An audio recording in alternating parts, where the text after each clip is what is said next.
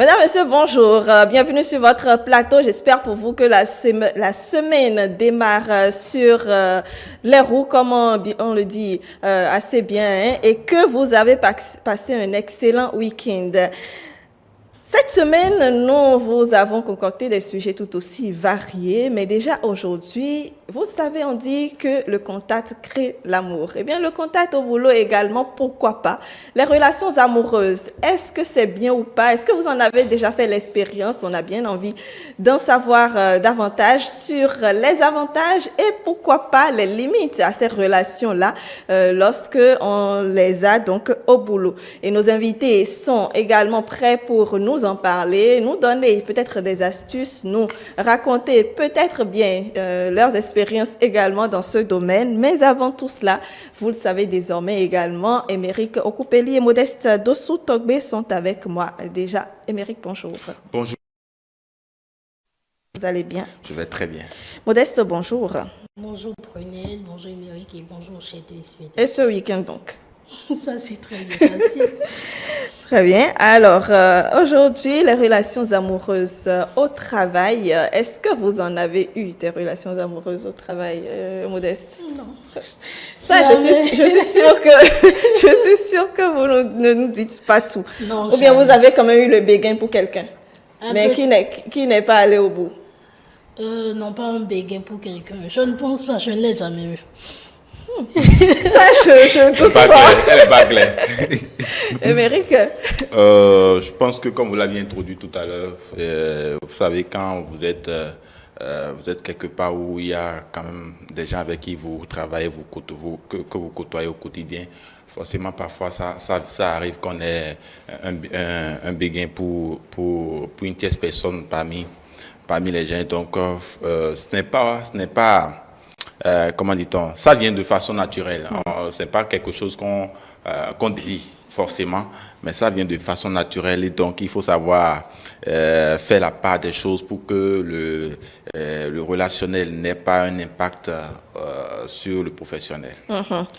Bien, encore que dans certaines entreprises, ce n'est pas autorisé parce que justement, ça peut créer des conflits. Mais là encore, c'est discutable parce qu'on ne peut pas empêcher le cœur d'aimer. Le cœur n'a pas un endroit fixe pour aimer. C'est-à-dire que quand vous allez n'importe où, et votre âme sœur peut être n'importe où et à n'importe quel moment. Et donc, si c'est au boulot que votre âme sœur se retrouve, qui êtes-vous pour être contre ou pour ne pas l'accepter? Et donc, je pense qu'il n'y a pas de barrière à mettre en amont, il n'y a pas de limite à ne pas franchir, hein, surtout en ce qui concerne le cœur et les sentiments.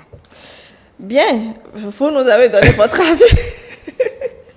Pour tous ceux qui ont passé, plutôt fait l'expérience, n'ont pas forcément, disons, de bons retours, bien une bonne expérience à raconter. Donc, peut-être qu'ils ont pris des mesures à ce propos. Ça dépend. Mais avant, oui, ça dépend. C'est discutable.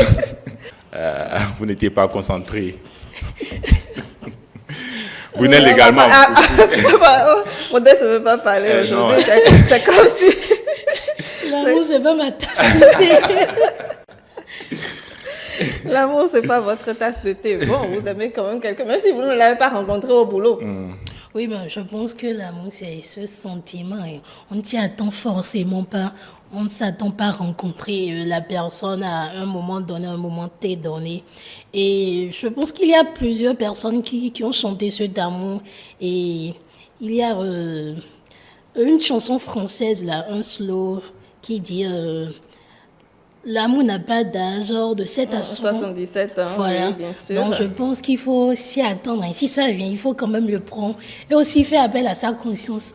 Parce que toi, tout ce qu'il y a comme amour n'est vraiment pas un amour parfait ou carrément. Ça peut être de l'attirance ou simplement parce la personne a quelque chose que peut-être nous n'avons pas remarqué chez une autre personne et c'est peut-être ça qui nous attire. Il faut faire la part des choses entre ce sentiment réel. Néanmoins, nous ne parlons pas de l'amour, disons, de manière grosso modo aujourd'hui. En milieu de travail, il y a des choses à mettre en place pour que ça marche, pourquoi pas. Il y a des règles peut-être à ne pas enfreindre justement pour garder garder cette relation-là pour qu'elle puisse évoluer et autres, parce que là, vous n'êtes plus forcément seul. Nous allons donc, tout au long de ce plateau, échanger dessus. Le clip du jour nous parle de l'amour et le buzz du net, Émeric. Oh, le buzz du net, nous avons un seul buzz du net aujourd'hui et ce sont des images qui circulent sur la toile, qui a fait polémique tout le week-end. J'ai eu du temps à lire un peu les commentaires faits dessus et voilà, c'est une mémé, une momie qui arrivait la toile à travers ses photos, vous voyez un peu. Oui, c'est une octogénaire qui n'a pas voulu rester en marge de la mode en fait, de tout ce qui se passe aujourd'hui comme mode. Et voilà, elle est dans son basket, oui, les tenues très bien colorées aussi, mais aussi assorties que cela. En tout cas, qu'on soit mémé ou pas, elle ne veut pas se laisser passer, disons, les âges, rester toujours au cœur de tout ce qui se passe. C'est aussi rester vivant, parce que c'est pas parce qu'on est disons, aussi âgé que c'est fini et on ne peut plus rien faire. Je pense que l'âge ne détermine forcément pas la vieillesse. On peut avoir 110 ans, être toujours à la mode, être toujours classe. Et je pense qu'aujourd'hui, nos mamans réclament quand même nos places elles discutent quand même nos places de jeunes filles. Parce qu'elles sont tellement bien habillées qu'on se demande si à leur âge... Parfois, on fait même la confusion. On se dit que c'est la sœur. Voilà. Exactement.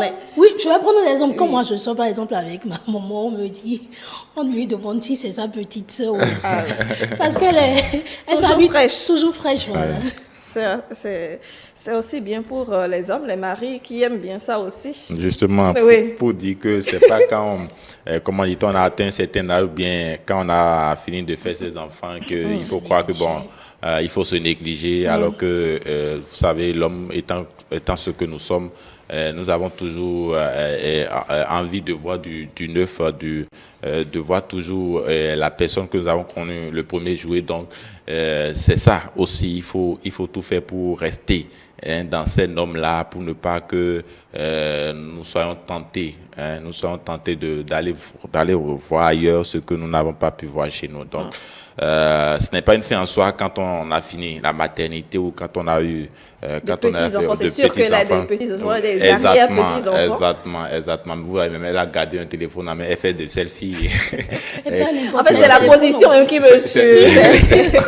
La position, elle est trop high. C'est ça. Donc voilà, il ne faut pas se négliger. Absolument, personne ne veut se négliger. Alors, relations amoureuses au travail, Modeste. Pourquoi est-ce que vous n'avez, disons, est-ce que c'est-à-dire que vous n'aimez pas du tout justement parce que c'est un milieu de travail, il ne faut pas mélanger les choses, que vous ne vous donnez pas cet intérêt-là? Je pense qu'il ne faut quand même pas mélanger le travail et les choses du cœur. C'est vrai, à des moments donnés, on a eu des penchants. À des moments donnés, j'ai eu des penchants. J'ai eu un penchant pour quelqu'un, juste une appréciation. Mais on fait l'effort de se retenir pour que ça n'aille pas loin, pour que ça ne crée pas de désagrément. Donc, je pense qu'il faut quand même limiter le travail et le cœur. Au travail, c'est le travail. Le travail, c'est le travail. Le cœur a ses raisons que la raison ignore. Et donc, quand on se met dans cette logique, je dis et je répète que c'est pas nous qui choisissons, nous en tant que personnes humaines qui choisissons, c'est le cœur qui choisit. Et quand le cœur choisit, on n'a pas à mettre une barrière. C'est ce que je dis et je le maintiens encore. Vous le soutenez. Je le soutiens. Émeric, je pense que c'est vrai, le cœur a ses raisons que la raison ignore, mais quand on a une relation, quand on est amoureux de quelqu'un au service, on n'est pas concentré. Parce qu'à des moments donnés, comment dit-on un petit geste. D'abord, la personne, vous êtes la jalousie à outrance. Vous voulez toutefois voir la personne, vous n'êtes pas concentré sur votre travail. En fait, je réponds tout de suite à ce que tu dis pour dire que c'est relatif ce que tu dis. Chaque personne gère à sa façon. En fait, il faut savoir prendre de la hauteur en tout. Il faut savoir distinguer et le travail du sentiment. Vous savez, quand vous avez fait la part des choses, il vous est plus facile de pouvoir vous gérer parce que c'est vous-même en fait le problème. Pour que ça marche au travail et dans votre relation, c'est vous-même. Et donc, si vous avez cette possibilité de pouvoir gérer, alors je pense que même ceux qui sont avec vous, ceux qui sont informés de cette relation devraient en principe vous accompagner, vous orienter et vous conseiller pour que ça ne franchisse pas parce que, je l'ai dit, je le répète, on ne choisit pas l'endroit où on doit aller. Émeric a déjà conçu. Oui, parce qu'il a rencontré son âme sœur sûrement au boulot. T'es sûr? C'est vous qui le dites. Tu vois, il peut même pas assumer et dire oui. J'assume. Merci Émeric d'assumer. En tout cas, nous allons avec nos invités essayer d'analyser les avantages, les raisons pour lesquelles le milieu de travail facilite les relations amoureuses, les avantages pourquoi pas, et les limites lorsqu'on est en relation avec quelqu'un au travail et surtout comment faire quand on n'a pas le choix et que vous êtes en relation finalement, comment gérer pour ne pas avoir des inconvénients ou des conséquences négatives sur le travail des deux partenaires. Merci de rester avec nous.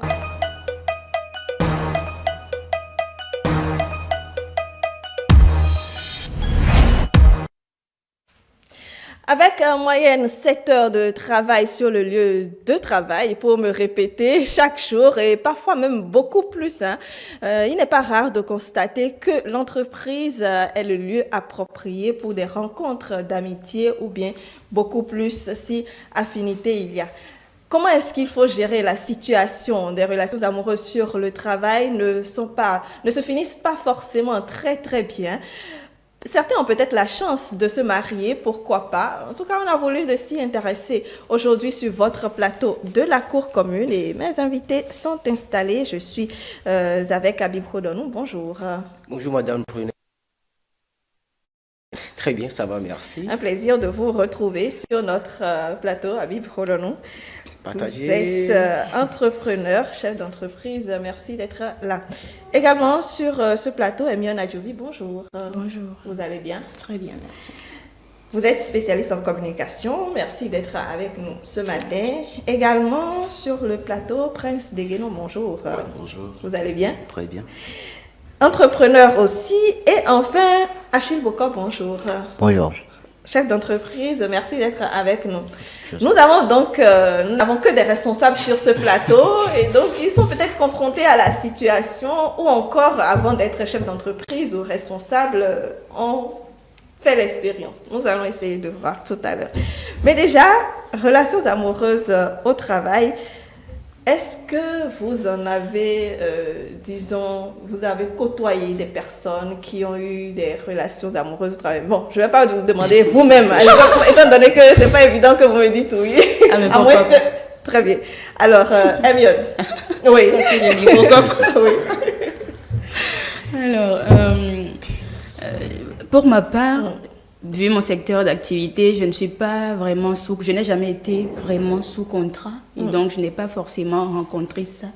Par contre, parce que je collabore, j'ai des contrats avec plusieurs entreprises, ici comme ailleurs, il m'est déjà arrivé dans une de ces entreprises-là de ressentir un certain rapprochement avec quelqu'un en fait. Donc, ce n'était pas forcément une question de hiérarchie, mais on restait quand même des collègues. Oui. Donc, oui, c'est arrivé, mais ce n'est pas allé loin en raison justement de cette importance de la déontologie qui stipule qu'on doit quand même préserver du professionnalisme et tout ça. Voilà. Très bien. Habib? Madame Brunel, vous savez que lorsque vous êtes dans le coaching, vous rencontrez beaucoup de personnes avec qui vous parlez et mieux parfois vous arrivez à découvrir aussi leur environnement affectif. Et ces différentes expériences de coaching, de formation m'ont permis de comprendre qu'il y a beaucoup de personnes qui, à travers le milieu professionnel, aujourd'hui ont réussi à fonder un foyer, à se marier, ce qui veut dire que le milieu professionnel peut parfois devenir un lieu de rencontre, quand bien même ce n'est pas l'objectif pour lequel au fait on va chercher du travail, on va travailler. Et moi, je suis un exemple palpable. Mon épouse, je l'ai rencontrée au milieu du travail. Ah oui, c'est super. Donc, c'est vivement ça, voilà, et puis c'est intéressant. J'ai bien fait donc de vous choisir pour ce matin. Alors, Prince Degueno? Oui. Ben, personnellement, bon, j'ai des amis, Oui. voilà, qui ont vécu cela. Voilà, moi-même, bon, ça a commencé, mais bon, c'est pas allé trop loin. Voilà, Ouais, donc pas c'est poursuivi un les peu ça. choses. Voilà. Très bien. Ariel, pardon. Je dirais que c'est pareil de mon côté. J'ai en son temps j'ai été face, disons, à la situation. Ben, ça n'a pas été trop long non plus. Très bien. Vous allez sûrement nous donner plus de détails tout à l'heure, mais avant, essayons de voir un peu ce qui favorise en milieu de travail ce rapprochement-là entre deux collègues, pourquoi pas, qui se nouent peut-être d'amitié, mais vont au-delà donc de ce que les amis vont au-delà de l'amitié tout simple, mais également vers une relation réellement amoureuse. Habib. Merci Madame Brunel. Je voudrais bien avant de répondre à votre question que nous puissions quand même faire la différence lorsqu'on parle de relations amoureuses en milieu professionnel. Il y a aussi ces règles que l'administration aussi met en place, étant donné que j'ai été directeur des ressources humaines. Nous allons y revenir Voilà, sur donc, ces règles justement. Oui. C'est vrai, ok. Alors, je crois, Madame, je fais d'abord fi donc de ces règles-là. Alors, qu'est-ce qui pousse au fait, qu'est-ce qui amène à ce rapprochement-là? D'une part, il faut dire que nous travaillons dans une entreprise en équipe et nous travaillons en cohésion. Et là où se trouvent des hommes et des femmes, là où ils mélangent un certain nombre de comportements, de travail, on vient à découvrir que telle personne que je vois m'attire. D'abord, ça part d'abord par l'attirance. Et qu'est-ce qui peut attirer? Peut-être votre façon de parler, peut-être votre façon de faire, peut-être votre courtoisie, peut-être votre dynamique, peut-être la manière dont l'équipe de travail vous apprécie. Vous avez peut-être un trait particulier qui plaît à quelqu'un. Et cette personne-là, au sein de l'entreprise, commence par vous observer, commence par vous regarder et se dit en elle-même comment est-ce qu'elle pourrait mettre en place une démarche pour se rapprocher de vous. Si c'est possible qu'elle puisse donc vous déclarer son amour. Et on vient à découvrir mon cas particulier que lorsque nous sommes dans une équipe de travail au sein de l'entreprise et que nous commençons par découvrir quelqu'un qui nous plaît, quelqu'un qui nous attire, rapidement cela se manifeste. La personne qui vous attire finit par constater que mais telle personne est en train d'être attirée par moi. Et quand vous avez le savoir-faire dans ce domaine, dans cette matière, vous arrivez facilement à aborder la personne, vous arrivez à accrocher la personne, vous arrivez à lui proposer votre attrait, à lui proposer vos sentiments, à lui faire connaître vous lui faites une proposition d'amour. Et donc, oui, bien sûr, mais parce que il faut proposer l'amour, il faut lui proposer, tiens, il y a telle chose en toi que je remarque, et vous passez de simple attirance, vous allez aux amourettes, bien sûr, en milieu de travail, bien sûr, vous allez aux amourettes, vous quittez les amourettes, vous allez peut-être à une amitié, il faut partir de l'attirance, il faut aller aux amourettes. Et il ne faut pas oublier que de l'attirance aux amoureux, vous avez ce qu'on appelle les coups de foudre. Et ces coups de foudre sont peut-être peu éphémères en milieu de travail. Vous allez aux amourettes, vous allez à une amitié qui est vivement définie et qui est vivement déclarée. Vous déclarez votre amitié. Dans cette amitié, en milieu d'entreprise, vous marchez avec courtoisie, des fois avec beaucoup plus de discrétion pour éviter un certain nombre de frustrations entre les collègues qui sont auprès de vous. Et vous finissez bizarrement ou par la grâce de Dieu à vous donner la main, à vous marier, à fonder un couple, à fonder un foyer. Pourquoi et voilà pas? le chemin est fait. Quand tout marche bien. Quand tout marche bien. Bien sûr, quand tout marche bien, voilà. Miona. La question c'était qu'est-ce qui est facteur favorable, c'est bien ça.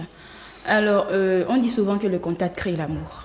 Donc, c'est totalement normal lorsqu'on se retrouve à tous les jours se voir, à faire des réunions ensemble, à se dépasser dans les couloirs, à être peut-être apprécié de ses supérieurs hiérarchiques parce que nous sommes compétents, à avoir du savoir-vivre. Peut-être nous sommes la personne qui, lorsque nous venons, mettons le plus d'ambiance. Là, lorsqu'on n'est pas là, on ressent un truc. En fait, lorsqu'on arrive à tellement bien travailler, bien s'illustrer, qu'on est apprécié de tout le monde, c'est naturel. Enfin, qu'on le veuille ou non, il y a une volonté inconsciente en chacun de nous de plaire. Que ce soit pas forcément sexuellement, mais partout où on a envie de faire une bonne impression. Bien sûr. Et dans ce besoin inconscient de plaire, on finit par plaire effectivement en réalité.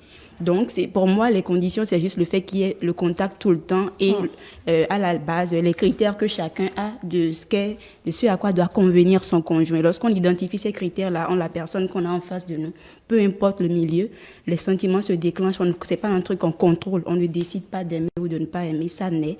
On s'en rend compte et maintenant, c'est comment gérer pour ne pas se faire renvoyer parce qu'on aurait créé un climat défavorable. C'est à ça qu'il faut penser. Exactement.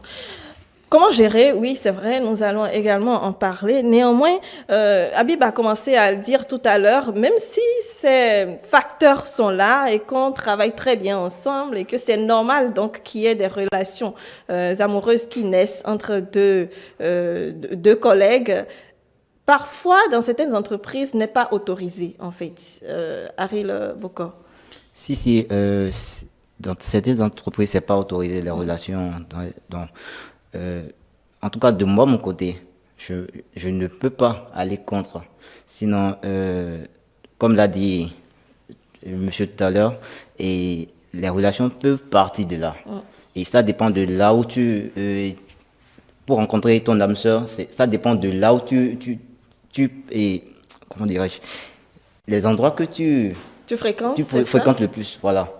Puisque, par exemple, je ne peux pas quand même rester chez moi et espérer rencontrer mon âme sœur, jamais.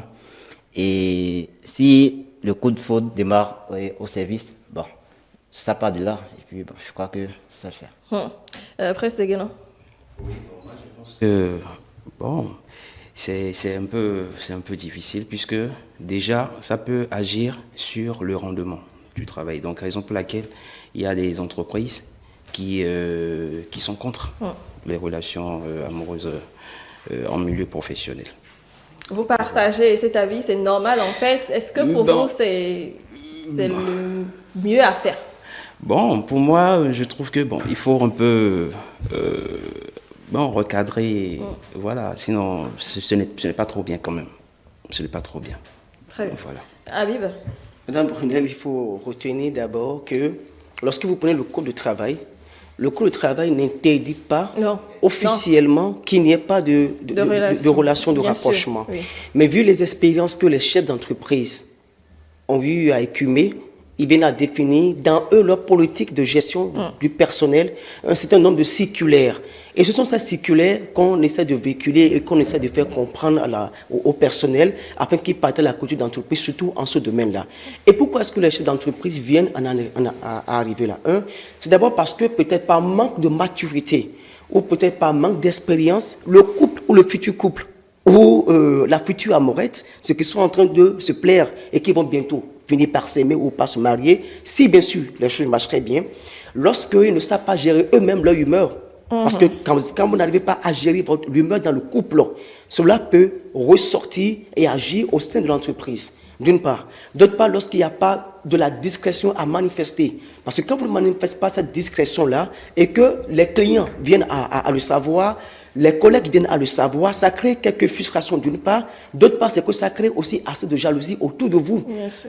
Et autre chose, c'est que les chefs d'entreprise parfois refusent ce genre de choses. Pourquoi? Parce qu'il y a une baisse de performance. Quand vous commencez par aimer quelqu'un, vous rêvez. Vous rêvez, vous avez une tâche devant vous. Vous ne pensez plus à votre tâche. Vous ne pensez plus à votre tâche, vous avez des objectifs. Vous n'arrivez pas dans le temps réel à accomplir vos objectifs parce que vous avez déjà des frissons dans le corps, des choses qui vous parcourent, des papillons qui remplissent le cœur. Et là, c'est que vous oubliez d'abord vos objectifs, votre travail, et vous pensez à ça. Mais en dessous, aussi, quand on oublie le manque de performance, il y a aussi quelque chose qui est très important et qui pousse les chefs d'entreprise à interdire ce genre de relations. C'est lorsque cela finit par se passer très mal. Quand ça finit par se passer mal, il y a des insultes, il y a des calomnies, il y a des médisances. On a vu les années précédentes, lorsque dans une entreprise, les gens vont jusqu'à montrer, à publier le message entre des amourettes, entre des amitiés. Donc ça va même parfois agir sur l'identité, l'éthique même de l'entreprise. Oui. Raison pour laquelle les chefs d'entreprise interdisent cela. Mais il faut dire que les chefs d'entreprise ne l'interdisent pas officiellement, c'est de manière officieuse.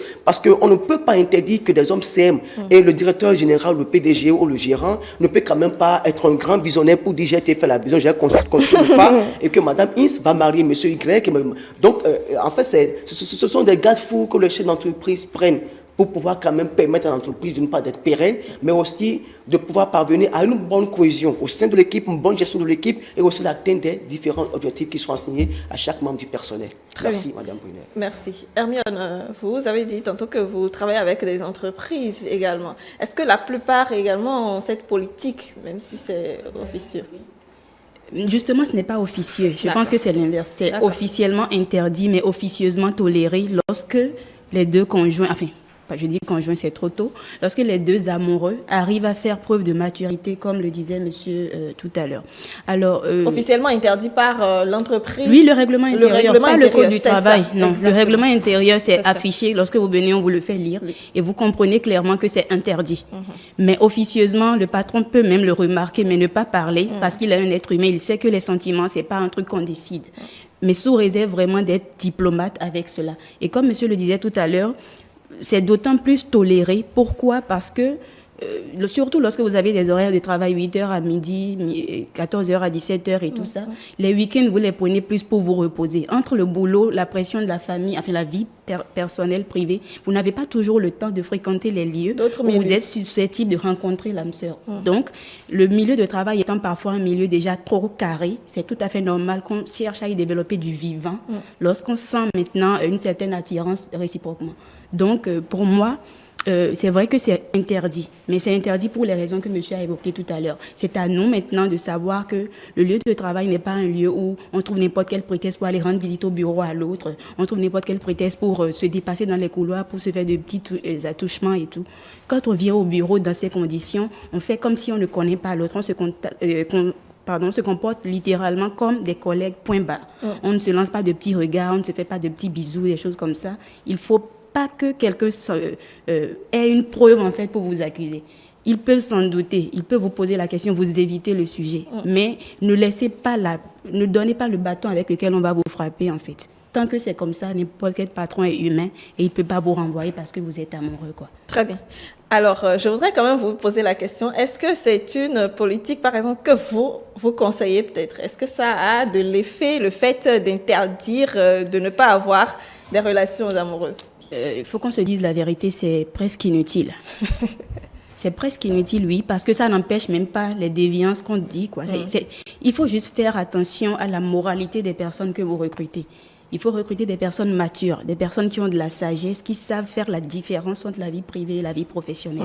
Si vous commettez l'erreur de prendre une personne tête en l'air qui est capable de tout mélanger sur votre lieu de travail, c'est que la faute vous revient en partie, quoi. Bien sûr. Donc, le fait que vous ayez des tests, il y a des personnes qui, pour leur libido, j'ai dit libido ici, je ne parle pas de relations amoureuses, pour satisfaire leur libido, sont prêts même à défier les politiques de l'entreprise en réalité. Oui. La preuve, c'est, enfin, on a des scandales comme ça un peu partout. Donc, pour moi, franchement, bon, on le met juste pour la forme, quoi. Après, quand les conséquences viennent dans l'autre sens, on essaie de gère, quoi, cadrer. c'est ça. D'accord. Alors, je sais que Habib peut-être veut réagir, mais Aril, vous travaillez également en entreprise aujourd'hui. Qu'en est-il de votre lieu de travail aujourd'hui, de ces relations-là? Bon, en ce qui me concerne perso, je crois que c'est parce que je vous en avais parlé. Non.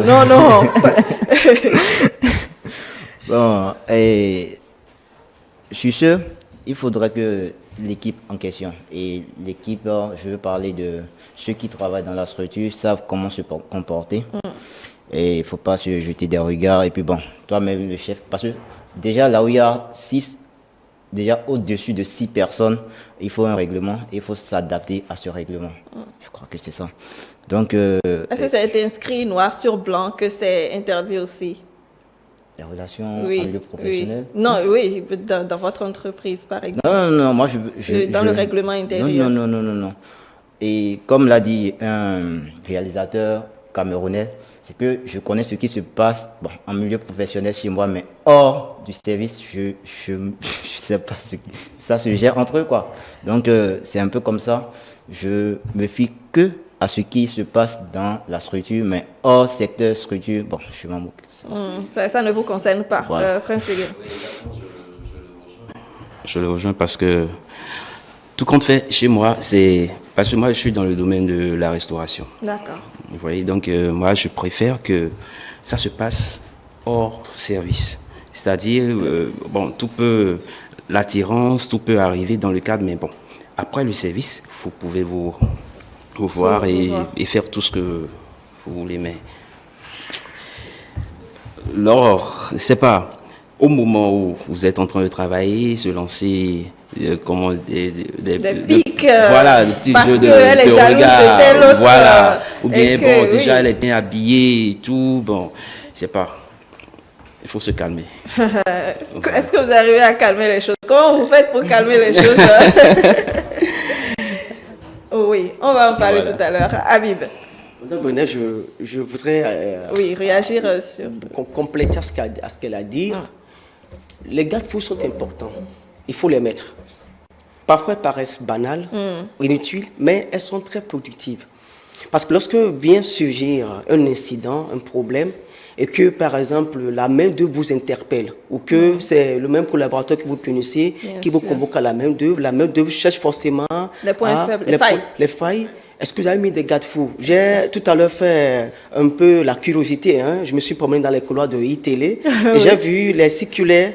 Les circulaires vont paraître banales, par exemple, le respect des heures de pause, comment respecter le matériel, ceci et ça. Ça va peut-être paraître banal, mais c'est utile. Parce que lorsque va survenir un problème, un incident, on fera appel forcément à notre éthique. Donc, je voudrais compléter ce qu'elle a dit pour dire ces garde-fous sont très importants, il faut les mettre, d'une part. D'autre part, vous allez voir, pour certaines entreprises qui sont peut-être des sociétés à non collectif, ou qui sont peut-être des sociétés unipersonnelles, où il n'y a que peut-être 3 personnes, 4 personnes, 5 personnes, où il y a peut-être que des hommes ou que des femmes, vous allez voir que, banalement, les chefs d'entreprise n'ont pas, c'est-à-dire, ils n'ont pas que de morale à placer ces circulaires ou ces notes administratives à les afficher, même à le dire au personnel, d'une part. D'autre part, quand on prenait par exemple les buvettes, les restaurants, vous ne verrez jamais ce genre de circulaire parce qu'on sait que c'est là même que la chose se passe correctement. Et c'est quand ça se passe comme ça qu'il y a beaucoup plus beaucoup d'affluence. D'ambiance ici et ça. Mais quand vous prenez des entreprises, il y a les SARL par exemple ou le SA, forcément il faut ces gardes, c'est important. Alors, Madame Brunet voudrait savoir comment est-ce qu'on peut tempérer, comment est-ce qu'on peut calmer ces ardeurs quand ça arrive. Le chef d'entreprise ne peut pas tout voir. Mais par contre, les responsables, les chefs d'équipe, les sous-directeurs peuvent voir ce qui se passe. On peut essayer de canaliser. C'est même d'ailleurs parfois pour ces raisons que nous avons les responsables du personnel, les directeurs ressources humaines, qui quand même ont parfois ce rôle à jouer pour essayer quand même de mettre l'équilibre. On ne peut pas interdire, ce n'est pas possible. Mais il faut des garde-fous pour que l'entreprise soit pérenne. C'est important. Inutile. Non, je n'ai pas que contribuer. J'ai complété, oui. Alors, vous avez donné vos avis et si c'est possible, avec la complicité de la régie, il y a quelques citoyens également qui ont réagi sur le fait d'avoir des relations amoureuses au travail. On va les suivre et revenir. C'est une très mauvaise idée. Pourquoi? Parce qu'on ne mélange pas travail et relation en fait. Et si tu vas au travail et tu cherches une petite amie étant dans le même service, du coup tu ne vas pas accepter les réprimandes que te feront les supérieurs devant elle. Alors tu risques de perdre ton travail et tu n'auras pas vraiment la concentration qu'il faut pour pouvoir vraiment travailler avec honnêteté quoi, parce que c'est trop bizarre, on ne peut pas dormir avec sa femme dans l'entreprise quand même. C'est trop bizarre. Il y a d'autres aussi qui prennent conscience et qui savent faire la différence entre le travail et les relations qu'on a extérieurement. Voilà, c'est pas tellement mauvais de faire cela, mais il faut déjà que le travailleur se dise que dehors, nous sommes en couple et lorsque nous sommes au travail, nous sommes payés pour le travail. Donc nos histoires de couple ne doivent pas venir se mettre dans notre travail afin de rendre l'ambiance de travail un peu plus agréable. Sinon, l'ambiance de travail ne sera pas agréable. Une relation amoureuse, c'est un sentiment, ça peut arriver n'importe où. Et donc moi je dis, si ça arrive au sein du travail ou de l'entreprise, il n'y a pas de problème. Pourvu que après on puisse poursuivre cela. Dans les débuts, ils vont cacher, puisque ce n'est pas bon. Les autres vont essayer de découvrir. Les autres même peuvent savoir et puis vont faire comme s'ils ne savent pas. Maintenant vous vous cachez. Il peut y avoir des discours, l'autre peut te parler mal au travail. Tu as envie de répondre mais non, mais pas que les autres sachent. Ça peut créer plein de choses, vraiment c'est pas joli à voir. Si la collègue ou bien le collègue n'est pas marié, bon, c'est réciproque. Si les deux ne sont pas mariés, là mais ça tombe bien, puisque matin, midi, on sera ensemble. Maintenant l'autre cas là, si vous deux même vous êtes infidèles, vous pouvez gérer d'une manière et puis ni vu ni connu. Dans le domaine public, ça serait un peu compliqué parce que si le monsieur travaille dans le domaine public avec la licence et la dame aussi travaille avec la licence, on prend l'exemple que c'est le même salaire et ça sera un peu compliqué dans le couple vu que le madame sait le monsieur est payé à combien, elle aussi elle est payée à combien et ça sera un peu compliqué. Mais dans le domaine privé là, le salaire on ne sait pas c'est combien on donne à l'autre, donc je pense que ça serait un peu difficile pour le domaine public, mais le domaine privé là ça peut passer facilement. J'ai vécu cette expérience, mais je n'ai pas accepté les avances du monsieur parce que je ne voulais pas de cette relation, sachant qu'on travaillait dans la même boîte. Je trouve que ce n'est pas une bonne idée d'entretenir une relation avec un collègue. Parce que déjà, c'est gênant. Bon, je trouve pas ça nécessaire, quoi. Soit il est ailleurs, moi je suis ailleurs, mais bosser dans le même endroit et puis se chercher vraiment, c'est pas pour moi. Voilà, c'est pas pour elle, en tout cas, elle l'a dit. Et vous avez suivi donc les avis des autres citoyens sur le sujet. Réaction après tout cela, Prince? Bon, là, je l'ai compris, je rejoins un peu la dame qui vient de passer. Oui, la dernière. Voilà, je vais dire un peu de son avis. Voilà. Pour moi, personnellement, j'aime pas trop les relations. Voilà, dans le cadre professionnel, j'aime pas. Voilà, vous pouvez vous gérer entre vous et hors service. Voilà, donc c'est un peu ça. Ariel? Bon, pour qui dit que la relation, on sait, je sais pas trop. C'est quoi, c'est les avis des téléspectateurs qui vous ont complètement foué le bec? Bon, vous savez, partons d'abord du fait que dans les écoles, déjà d'autres, entre camarades, d'autres disent, si elle est dans la même salle que moi, je ne peux pas le faire. Sinon, c'est des trucs que j'ai plusieurs fois entendu parler. Si elle est dans la même classe que moi, je ne peux pas le faire. Et je préfère chercher d'autres classes. Et puis, voilà. Je suis plus à l'aise. Voilà. C'est que, imaginons que on fera affaire au rang. Si la fille te dépasse, tu travailles plus que toi. Ouais, un peu. Donc ça joue aussi. C'est un peu comme le cas de la dame qui parlait du salaire. Ouais. Si vous êtes au même titre, au même rang, et puis tu prends le même salaire qu'elle, il n'y aura pas ce respect entre vous. Il n'y aura pas de respect? Je ne crois pas. Ah bon? En tout cas, pour moi. Parce que, à mon avis, je crois que l'homme en question est le chef.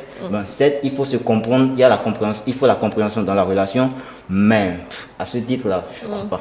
Bon, normalement aussi, les salaires sont, disons, ne sont pas divulgués à tout le monde. Les salaires, chacun connaît son salaire. On ne va pas afficher une note pour dire telle personne prend ci et telle personne prend ça. Mais dans la même structure, je ne crois pas que ça passe. Donc tout le monde connaît son salaire et est bien sur l'élément.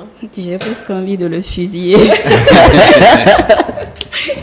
Je ne vais pas vous donner l'arme en tout cas pour le faire. Alors avant même d'arriver sur ce qu'il a dit, il y a une citation, une sorte d'expression en anglophone qui dit « no job in job » pour dire pas de sexe au travail. Oui. À la base, c'est ça. Et j'avoue que, comme la dame le disait, c'est gênant et tout. Mais après, il faut savoir faire la part des choses. Moi, je pense que c'est vrai, à moins que vous n'ayez pas de sentiments pour la personne. Les sentiments, ce n'est pas un truc qu'on contrôle. Quand vous êtes amoureux, vous allez trouver un moyen de gérer.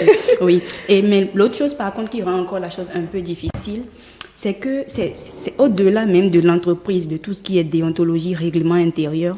Pourquoi est-ce qu'on demande de ne pas faire ce genre de choses? C'est pour plusieurs raisons qui ne sont pas forcément liées même encore au scandale. Lorsque vous êtes dans la même entreprise et que la relation finit par se développer, vous dépendez financièrement de la même entreprise. Le jour où il y a un souci, l'entreprise coule, vous tombez à l'eau simultanément et ça peut foirer la relation. Lorsque la relation n'aboutit pas, quelqu'un le disait tout à l'heure, ça génère des clashs, un environnement malsain et tout ça. Maintenant, au-delà même de ça, encore pour l'entreprise, il y a vous-même. Vous savez, surtout dans les débuts d'une relation, il est important qu'il y ait une certaine distance. C'est très important. Lorsqu'on finit par se fiancer, commencer à vivre ensemble, la relation est suffisamment stable, équilibrée, fondée déjà pour résister à la monotonie. Mais dans les débuts, les premiers jours, lorsque vous allez faire 1 semaine, 2 semaines, 1 mois, les papillons sont encore là, on a envie d'être tout le temps ensemble, mais à un moment donné, vous vous étouffez. c'est-à-dire vous avez tout découvert de l'autre très tôt, plus rien ne vous intéresse. Il y a un désintéressement qui s'installe dans un sens comme dans l'autre. Un partenaire peut penser qu'il se fout de moi, il m'a juste dragué pour du sexe un coup d'un soir. Mais non, ce n'est même pas la faute de l'un ou l'autre. C'est le corps humain qui est comme ça, c'est la psychologie humaine qui est comme ça. Tout ce qu'on obtient totalement trop tôt, on finit par très vite le laisser en réalité. Donc ce n'est même pas sain en fait pour deux personnes, surtout dans un environnement où vous êtes là à plein temps. Voilà. Ça ne consolide pas forcément. Même si vous ne vous voyez pas, vous êtes là, vous avez tout de l'un de l'autre très tôt et puis vous vous fatiguez. Après, chacun commence à chercher une certaine de la sensation forte hors de la relation et vous pensez que c'est l'autre qui est toxique, mais non, vous êtes juste fatigué et c'est pas bien en début de relation en réalité. Très bien. Habib, je sur voudrais... l'élément, oui. Non, vous pouvez réagir d'abord sur l'élément. D'accord. Je voudrais moi d'abord apprécier l'élément qui est passé. Il est à demander comment Mme Brunel est parvenue à faire le tri, à faire le choix. C'est des éléments qui nous ont permis de comprendre même l'essence du thème, les relations amoureuses en milieu professionnel. Je retiens le premier élément qui est très intéressant, celui-ci. Comment faire des reproches dans un milieu administratif ou professionnel lorsque vous sentez que deux personnes s'aiment ou sont en couple. Et la première personne l'a dit. Oui. Vous vous sentez frustré. Et nous connaissons des chefs d'entreprise qui savent bien le faire. Lorsqu'ils découvrent que deux personnes s'aiment ou sont en train de fournir quelque chose, ou lorsque la tête de l'un d'entre le couple ne leur plaît pas, parfois même ils manquent de sagesse et ils appellent les deux ensemble et on fait reproche à l'autre devant, ce qui n'est pas productif, ce qui baisse la performance, comme il a dit. Un autre élément est passé, les salaires. Ah oui, c'est là que ça tape fort. Parce que c'est vrai, nous savons que parfois il y a ce qu'on appelle le droit commun, nous savons ce qu'on appelle parfois partager les biens ensemble, ci et ça. Oui. Et nous savons combien aussi les femmes sont très protectrices de leur salaire. Et pas les hommes. Et pas les hommes.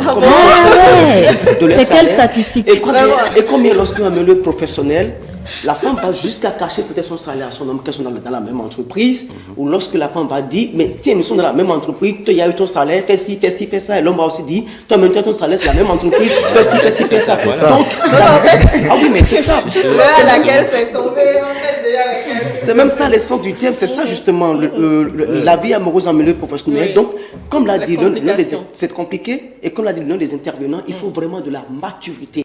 Lorsque les deux n'ont pas de la maturité, j'avoue, ça risque de faire tomber beaucoup de choses. Et je connais des gens en milieu professionnel, quand ça arrive comme ça, ils s'asseyent, ils se concertent, et l'un dit, bon, ok, pour sauver le couple, moi je démissionne, ou bien pour sauver le couple, toi tu démissionnes, ou bien pour sauver le couple, on fait quelque chose, on fait une épargne, on fait une tontine, et moi je te crée carrément une entreprise à part entière, hors de l'entreprise, et nous gérons notre vie. Et il y a autre chose aussi qu'il faut retenir dans ce truc de la vie amoureuse dans le milieu professionnel. Lorsque parfois vous êtes ensemble, vous êtes un couple dans une entreprise, et que le PDG ou le directeur sort un document ou bien sort une note de service et dit, bon, madame, je vous envoie en mission à Clé par exemple, et monsieur doit rester attendre que madame vienne. Vous imaginez, ou que peut-être c'est monsieur même qui manigance et qui dit, bon, il négocie avec le PDG, quand même c'est vrai, et qu'il ira peut-être en mission pour 2 mois, 3 mois, et que madame doit être là. Vous imaginez comment gérer cela en milieu administratif. En fait, c'est un thème très important. Si on doit affecter l'un, par exemple, sur une autre ville et que l'autre est ici. Donc cela demande assez de maturité, madame Brunel. Il faut assez de maturité, il faut vraiment des concertations, il faut la complicité entre les deux couples pour en arriver là. C'est ça. Très bien. Oui, vous voulez réagir, Harry? Merci. Et tout à l'heure, il était en train de parler du côté... Bon, il a abordé le sujet que j'avais abordé tout à l'heure. Et je tenais à mettre l'accent sur la compréhension. Bon, si on est appelé vraiment à le faire en milieu professionnel, il faut surtout la compréhension entre les deux partenaires. Bon, je m'arrête. Absolument. Oui. Si lié au salaire, parce que c'est revenu deux fois. Je ne sais pas quelles sont les statistiques qui prouvent que les femmes sont plus protectrices de leur salaire que les hommes. Moi, ça, c'est encore un débat. Il ne faut pas. Excusez-moi. Merci. C'est ça, en fait. Il ne faut pas vous baser sur 2 éléments de votre entourage pour ériger ça. Non, je ne suis pas d'accord. Je suis désolé, madame. On n'est pas parti sur les éléments d'entourage. Non, ce ne sont pas des éléments d'entourage. Tout travailleur, toute personne, même ma propre soeur, je ne veux pas qu'elle connaisse combien je gagne. C'est naturel en tout être humain. Et dans le foyer, moi, je connais connais plutôt des femmes qui montrent tout à leur époux. Et c'est plutôt les hommes qui ne veulent pas que la femme sache. En fait, c'est ce que je dis. Nous avons des expériences de vie différentes qui sont telles que nous ne pouvons pas dire que les femmes sont plus protestives. On ne va pas s'entendre dessus. Ça, je suis persuadée qu'on ne va pas s'entendre dessus. Moi, je veux juste qu'on reconnaisse que aussi bien les hommes que les femmes sont protecteurs. Il n'y a pas de statistique qui dit que les femmes sont plus... Chacun parle en connaissance de cause. Je suis désolée. Chacun parle en connaissance de cause, sûrement. Néanmoins, Abi, vous avez abordé un aspect qu'il ne faut pas négliger, le fait de démissionner pour permettre peut-être au couple de rester ou bien encore à l'autre de rester, parce que justement, dans les entreprises où, par exemple, c'est interdit ou en conséquence des impacts sur la société et qui ne voudraient pas supporter tous ces désagréments, les sauts d'humeur qu'on ne contrôle pas forcément, même si on essaie de les mettre de côté. Bon, le matin, quand vous vous levez, vous ne savez pas trop comment vous allez réagir non plus avec les collègues de travail. Et le responsable, pour pouvoir limiter les dégâts, demande à quelqu'un de partir au profit d'un autre. Je veux revenir sur un aspect. Je n'ai pas lu la thématique relation conjugale au travail. Et quand j'ai cherché définition de relation amoureuse, c'est une relation qui va mener au mariage, mais qui n'est pas encore au mariage. Peut-être qu'on ne comprend pas la thématique de la même manière. Maintenant, lorsque je parle de ce principe, il faut qu'on parte également du postulat qu'on est sur une table de débat. L'objectif, ce n'est pas que X soit d'accord avec pas du tout, pas du tout. Voilà, l'objectif, c'est que chacun s'exprime sans forcément que l'autre cherche à le convaincre. Voilà. J'ai dit, pour moi, une relation qui vient de débuter, chaud, là. C'est pas la peine de démissionner. C'est pas encore pour moi suffisamment solide pour que je démissionne si je n'ai pas mieux. J'ai bien dit si je n'ai pas mieux. Parce qu'après, aussi bien la vie conjugale que la vie du travail sont importants. Maintenant, lorsque je ne peux, j'envisage par exemple faire une carrière où je rêve de pouvoir aller en mission et tout, et que je sens que ce partenaire, j'ai dit, il siège juste comme alibi, on est dans la même entreprise pour me dire démissionne. J'ai dit non. Parce que si je démissionne, je vais ailleurs, ça veut dire qu'il va s'opposer encore à ma carrière. On n'est pas obligé d'être d'accord, mais permettez à chacun de s'exprimer. Ne vous inquiétez pas, on vous a compris. Arrive, oui. Oui, et comme je l'avais dit tout à l'heure, c'est que la base de chaque relation, c'est la communication. Il faudrait déjà qu'on s'entende sur de ces choses-là, et en cas de casse il y a, on saura comment gérer. Ça, voilà, je crois que c'est ce que j'ai à dire. Très bien. Alors, je propose de faire une pause et de revenir.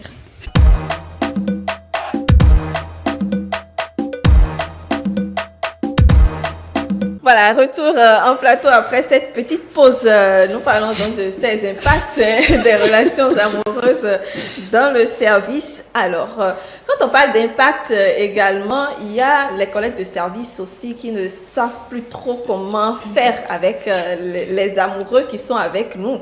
Qu'est-ce qu'il faut dire, qu'est-ce qu'il ne faut pas dire, comment traiter l'un, pour ne pas mettre les pieds dans les plats. Prince Deguinon. Ben, là, c'est... Bon. Je reviens. Je reviens carrément. Je vois là-bas ce coup d'avant. Je reviens carrément. Ah oui, je reviens carrément.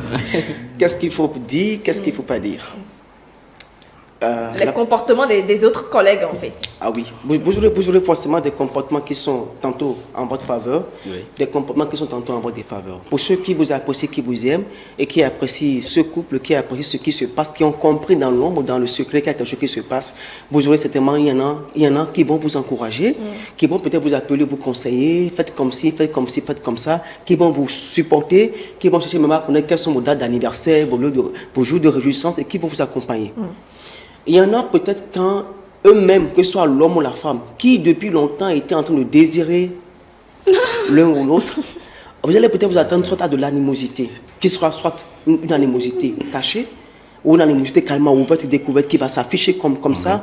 Vous aurez peut-être parfois des frustrations ou des provocations. En plein codis, en pleine réunion ou en plein centre de travail, vous allez entendre jeu comme ça où on vous renfronce la mine, vous commandez et elle peut vous dire pourquoi tu ne commandes pas Emine et c'est moi que tu commandes. Non, mais c'est un nom que j'ai prononcé, ça n'a rien à voir avec ma vie amoureuse. Pourquoi tu ne commences pas X? Pourquoi tu ne commandes pas Y? Ou bien vous, l'attaquer un peu, dit, je savais que si c'était l'autre là, tu n'allais pas te comporter comme ça. Et comme c'est moi, maintenant tu te comportes. Donc en fait, De ceux qui apprécient, qui sont d'accord, vous aurez forcément de la sympathie. De ceux qui ne sont pas d'accord, vous aurez de l'animosité. Et pour la personne qui vous désirait depuis longtemps et que vous avez tourné, vous avez refusé, je vous assure que ce serait parfois même un affront direct. Cela, attendez voir, ça c'est normal.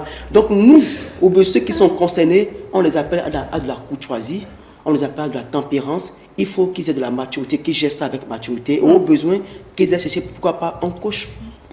Je confie à un coach qui leur dira comment faire. Et il faut qu'ils aient un développement personnel dans ce domaine-là pour savoir gérer jusqu'à ce qu'ils aillent vers ce qu'ils désirent, le mariage. C'est comme ça, je pense qu'on peut faire. Alors, il a répondu par rapport au couple. Moi, je vais répondre de l'extérieur, comme ce que vous avez demandé. Franchement, dans la vie, il faut s'occuper de ses affaires. Ce qui ne te concerne pas, ne te concerne pas. Ce qui se passe entre tes deux quand ils sortent du bureau ne te concerne pas. Lorsque tu remarques des approchements, des comportements défavorables, on appelle ça en droit les troubles caractérisés. Lorsque vous remarquez ça, vous pourrez appeler les concernés en off, leur dire « Ah, j'ai remarqué si, mais faites attention parce que ça risque de vous porter préjudice. Voilà. » Mais après, c'est pas votre problème, pardon. Laissez les gens l'enlever en paix. Oui, pour moi, c'est franchement quoi. Tant qu'ils sont dans le lieu de travail, sur le lieu de travail, et qu'ils ne font rien de mauvais, qu'ils salissent l'image, faites comme si vous ne savez rien. C'est pas votre problème. Jusqu'au moment où ils choisissent de faire le coming out, c'est-à-dire aller peut-être derrière un supérieur hiérarchique pour en parler, parce qu'ils seraient suffisamment conscients pour savoir que ce qu'ils font va peut-être à l'encontre du règlement, et que la relation est stable, qu'ils veulent quand même préserver. Jusqu'à ce qu'ils choisissent de déclarer cela eux-mêmes. On n'a rien vu, on n'a rien entendu. Ah, c'est quand ils ont...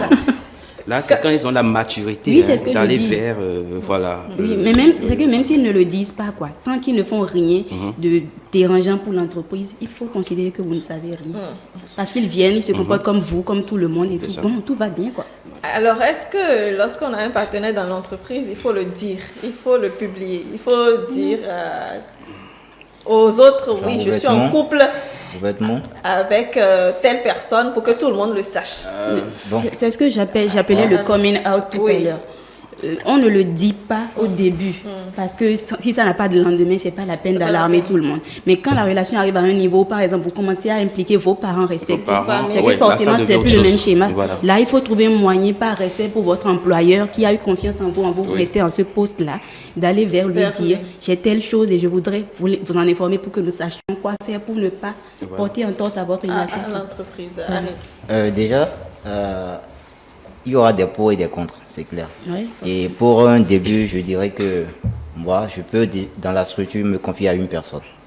Déjà, avec qui celui-là peut comprendre ce qu'il y a là, mener des démarches, bon, bref, il faut savoir faire et faire si, vous comprenez un peu. Et ben, avec ce qui est sûr, il y a la partie contre dont je parlais.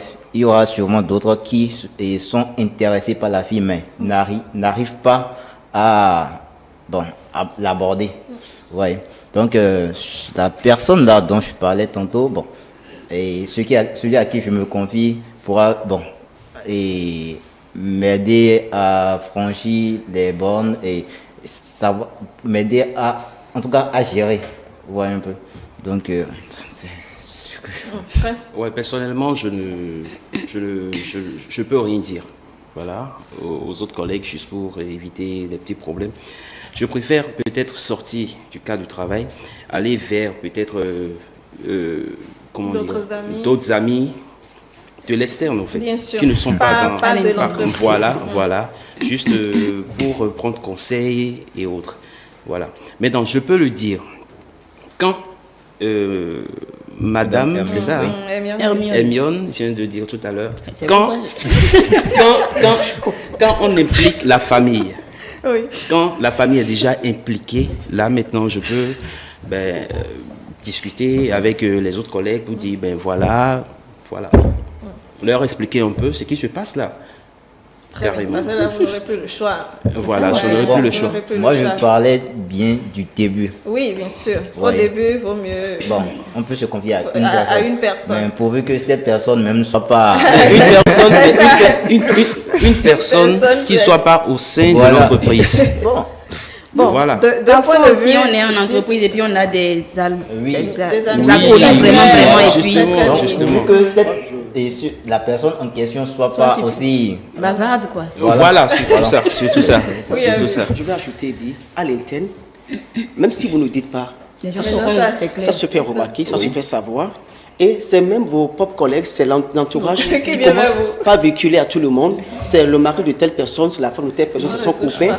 Et c'est eux-mêmes qui viennent désormais vers vous. Nous avons remarqué ci et ça, vous êtes à quel niveau. Et parfois même, c'est eux-mêmes qui vous invitent des fois exprès à des anniversaires ci et ça.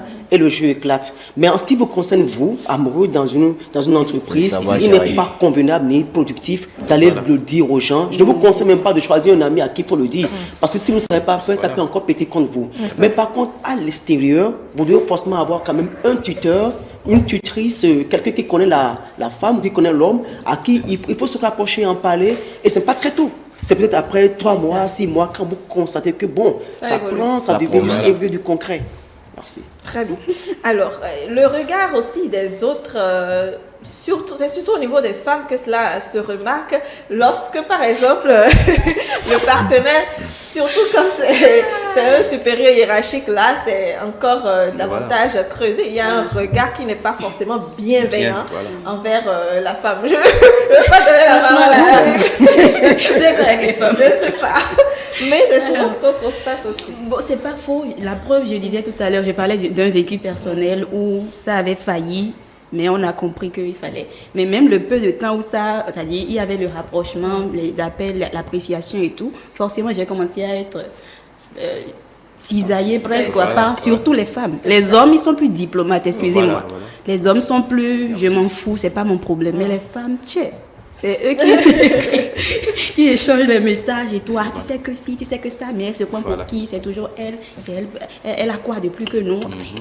C'est vrai qu'il y a ça. Mais bon, lorsqu'on a de la maturité, une fois encore, moi, honnêtement, depuis toujours, pour ceux qui me connaissent, je me fiche pas mal du candidaton, franchement. Je fais l'effort d'être toujours en accord avec mes principes, avec mes valeurs, tout le reste, on peut dire ce qu'on veut. Tant que je sais que je n'ai tué personne. Je n'ai enfreint aucune règle particulière. Dites tout ce que vous voulez, vous ne pouvez jamais le dire en face. J'ai cette personnalité-là, on ne vient pas vers moi. Maintenant, dépendamment de la personnalité de chaque femme, il faudra chercher, comme il le dit, des conseils à l'extérieur pour savoir comment gérer tel cas, comment gérer les critiques, les rumeurs et tout ça pour préserver les deux à la fois. Ah oui, Oui, j'appuie à ce que dit Madame Hermione. Madame Hermione, bien sûr. Hermine était sortie tout Hermine.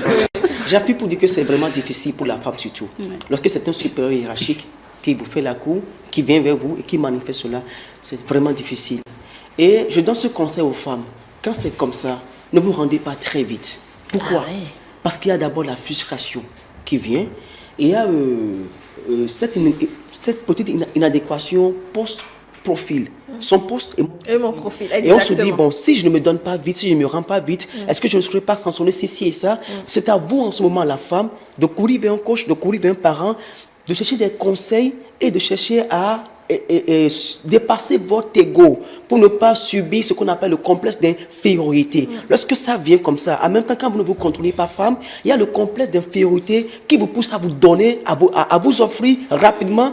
Et là, l'objectif même que l'homme voudrait de vous marier, si vous ne savez pas faire, il vous appelle femme frivole, femme qui se rend facilement et il n'aura plus le souffle dont il avait en fait besoin, c'est-à-dire l'entrain pour aller jusqu'au bout, jusqu'au mariage, jusqu'à vous offrir la bague. Donc, je donne ce conseil aux femmes. C'est vraiment difficile quand un supérieur hiérarchique vient vous faire la cour. C'est vraiment difficile quand il vient vous manifester envers vous l'envie de vous marier. Je vous prie de chercher des conseils, de vous calmer. Je vous prie de chercher surtout à dépasser le complexe d'infériorité. Et avec peu de conseils, peu de tactique, je crois que ça peut aller. Il faut faire vraiment la part des choses entre le milieu administratif et le milieu affectif quand vous en arrivez là.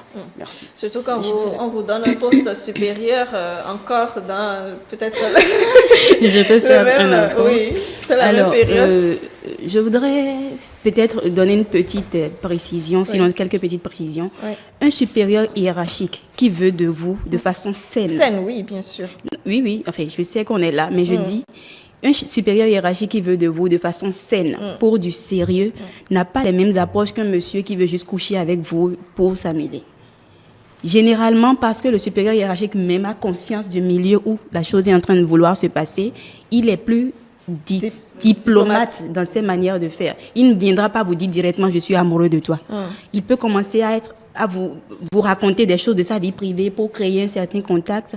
Vous demandez par exemple de l'attendre à la sortie, on doit décider d'un document, mais j'ai pas le temps tout de suite. Et vous sentez qu'au fond, la réunion, c'est pour rien du tout. Il ne vous dit jamais je t'aime, il n'essaie pas de vous toucher et tout ça. Vous êtes là, il ne dit rien d'important, mais il veut que vous soyez là. Il trouve des prétextes pour vous appeler, il trouve des prétextes pour vous écrire. C'est-à-dire, vous sentez son attention, il vous fait de petits cadeaux sans rien dire de plus. Je ne parle pas du patron qui est gentil avec tout le monde.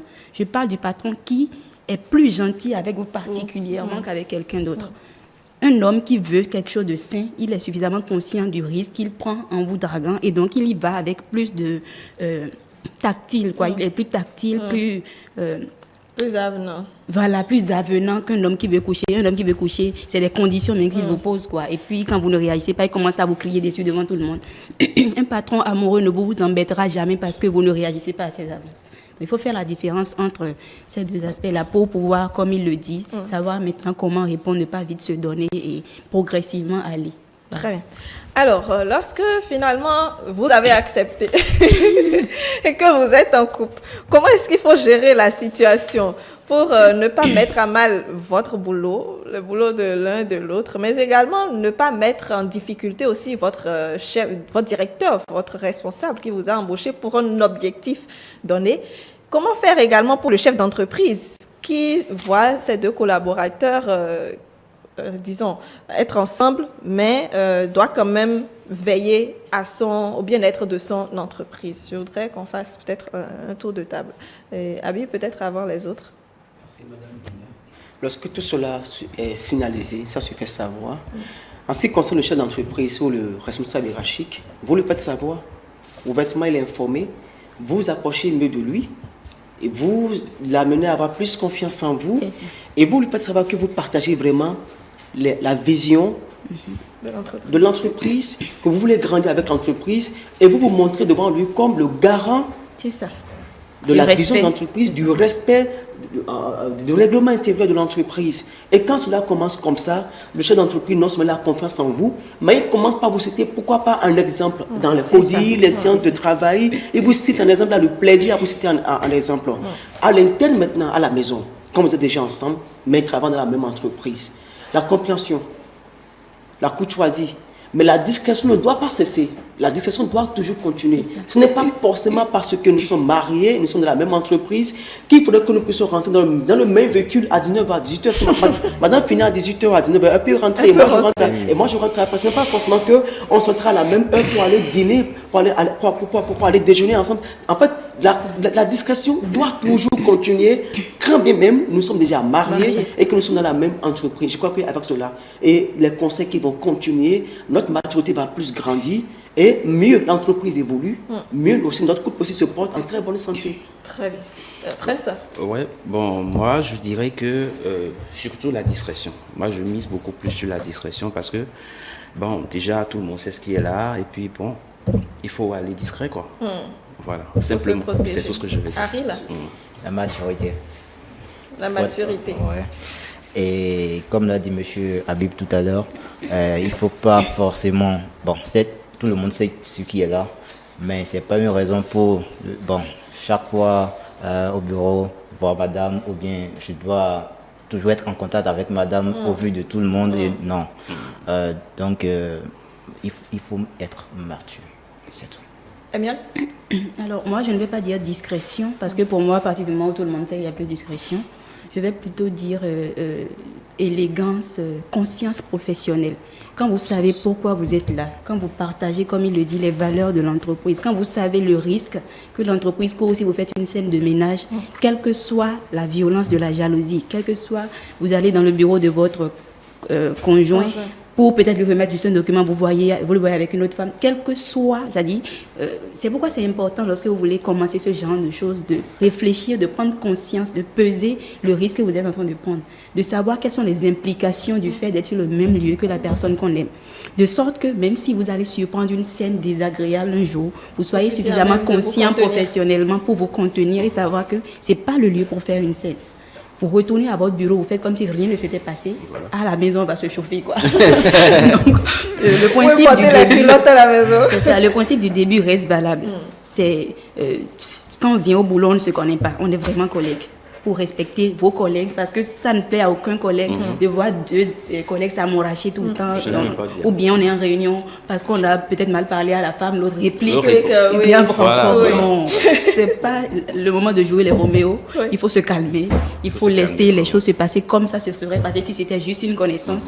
Et à la maison, vous allez la réconforter ou le réconforter si c'est un homme. Et franchement, quoi, c'est oublier l'amour quand vous êtes dans les locaux.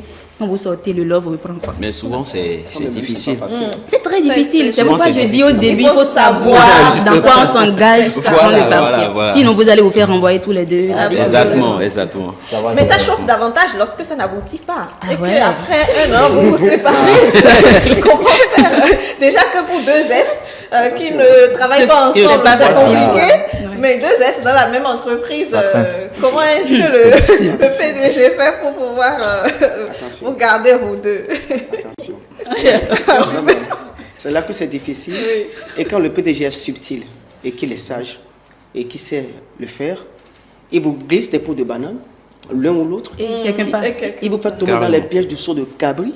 Et quelque part, forcément. Et se dit, bon, tiens, je me suis débarrassé de un. Au moins, j'aurai la paix pendant une période relativement pour tout le monde. Voilà. C'est ça. C'est difficile. Hein. Ça, c'est le chef d'entreprise qui a parlé. Oh, merci. Deux essais dans un même. Oui. Quand ça n'aboutit pas, il faut bien gérer aussi la situation. Parce que vous avez créé une situation. Ça craint. Ça craint. Alors, oui, pour moi, une fois encore, il a parlé d'une posture, je vais parler dans l'autre posture maintenant. Lorsque je prends moi, j'ai été avec un collègue et tout, ça s'est arrêté. Je pense, ce que je vais dire, ça vaut aussi bien quand on est ensemble que quand on n'est pas ensemble. Dans une relation amoureuse, il faut aller doucement. C'est pas parce que les premiers jours, c'est chaud, que ça va être tout le temps chaud. Il faut, vos sentiments, il faut essayer de les canaliser, les hiérarchiser selon le temps. Quand il n'a pas encore fait d'actes concrets, disciplinez vos sentiments, calmez vos ardeurs. Parce que vous n'avez pas forcément la même intention de départ. Ou vous pouvez avoir la même intention au départ, mais en évoluant, on commence à découvrir les défauts l'un de l'autre. Parce qu'il faut savoir que lorsqu'on vient au bureau, on se montre tout son bonjour. On s'habille bien. Et quand vous allez rentrer, vous enlevez votre perruque là, c'est plus personne qui était à l'école qui est à la maison. Voilà. Au bureau aussi, vous ne voulez pas embêter quelqu'un, vous essayez d'être discret, responsable avec tout le monde, respectueux. Mais après, les moments de saut d'humeur, quand vous allez rentrer, par exemple la scène dont je parlais, quand vous allez rentrer, la façon dont vous allez gérer ça peut amener l'homme à se retirer. Ou si c'est l'homme, peut amener la femme à se retirer. Par exemple, je prends le cas où l'homme va surprendre une scène comme ça entre sa chérie et quelqu'un d'autre, il rentre, il commence à la battre. Là, la femme va se dire non, je pars. Mais lui, s'il était déjà dépendant, ça peut devenir violent. Il peut commencer à la harceler, la matraquer partout, la poursuivre partout, et ça devient très malsain. Et si en tant que vous, même femme, vous étiez déjà trop à fond dedans, ça devient vraiment démoralisant, déprimant pour tout le monde. Donc franchement, il faut y aller posément, s'assurer, avant d'augmenter le love de +1, s'assurer qu'il y a telle chose qui est faite. Tous ces comportements me vont là, je vais me mettre à fond. Il a déjà rencontré mes parents, donc on peut y aller. Et progressivement, on évolue. Mais ne vous laissez pas enflammer et tout au début, parce que sinon vous allez vous cogner, mais sérieusement, la tête. Et c'est quand on n'arrive pas à être, à la jouer douce au début, comme ça, qu'on est très frustré, qu'on est capable de tuer l'autre même à la fin de la relation dans l'entreprise. Sinon, si vous y êtes allé doucement, et qu'un an après ou 6 mois après, ça finit, la vie continue, quoi. On a géré, on modère ce qu'on... Oui, ça, on essaie d'éviter l'autre autant que possible. On est dans son bureau, à la réunion, on fait comme si la vie continue. Enfin, là, on gère mieux que quand on était à fond dedans. On a parlé à tout le monde, on a publié sur les réseaux sociaux. Et finalement, il se fout de vous, quoi. Voilà. Surtout, vous voyez, quand on est amoureux, il y a un feu qui brûle. C'est ça. On nous donc... je ne sais pas si, vraiment, on pourra suivre les conseils de... Voilà. Non, mais justement, c'est ce qui serait bien à faire, à suivre. Tout le monde sait. Voilà, on sait. Mais c'est vraiment compliqué de suivre ça. Voilà, c'est tout ce que je... Très bien. Alors, vous qui êtes... peut-être un peu plus tôt, vous nous disiez que vous avez peut-être déjà eu l'opportunité de gérer ces genres de choses. Comment vous avez fait très rapidement pour vous libérer? Comment vous avez fait? Comment j'ai fait pour... des personnes du boulot, peut-être qui se fréquentent? Oui, qui se fréquentent, il faut congédier. Simplement. Voilà. Même s'ils ne font rien de... Non. Je ne l'ai pas fait de façon, comment dire, révoltante. Non, du tout pas. Qu'est-ce que vous leur avez dit? On ne dit rien. on ne dit rien. Voilà, monsieur vient de dire tout à l'heure qu'on le glisse une peau de banane et puis voilà, tranquillement, on ne dit rien à personne. Et les deux sont partis? Non, non, une seule personne est restée et l'autre est partie. Est partie. Voilà. Donc là, ça va mieux. Tranquille. La paix. La paix. J'ai une question pour vous. Oui. C'est parce qu'il y avait des écarts de conduite. Exactement, Okay. exactement. Là, je suis d'accord. Exactement. D'accord. Ouais. Harry, des situations du genre? Ouais, je vous avais dit, ce qui se passe hors de la structure, moi je ne me mêle pas. Je ne me mêle pas. Très bien. Merci beaucoup. Alors, je vais garder Habib et Mion et libérer donc Prince et Aril pour la suite de notre émission. Merci, d'être venu sur notre plateau de la Coupe commune. Passez une excellente journée.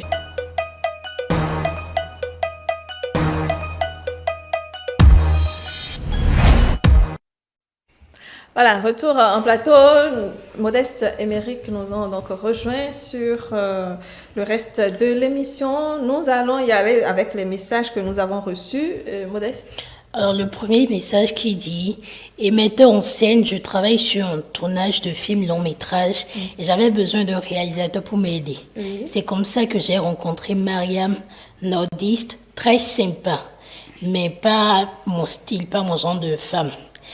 Et trop accaparée par d'autres projets pour accepter mon offre. On est quand même resté en contact et elle m'a rendu pas mal de service.